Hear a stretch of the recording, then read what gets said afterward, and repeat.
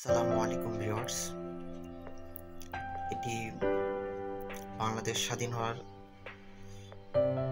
3 বছর পর এই নোটটি বের হয়েছিল 1973-74 সালে।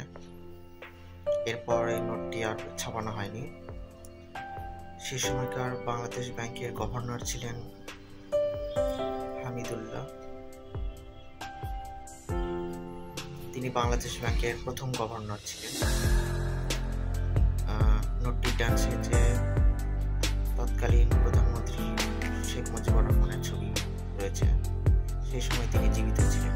সেই সময় এই নোটটি ছাপানো হয়েছিল। প্রায় 47 থেকে 48 বছর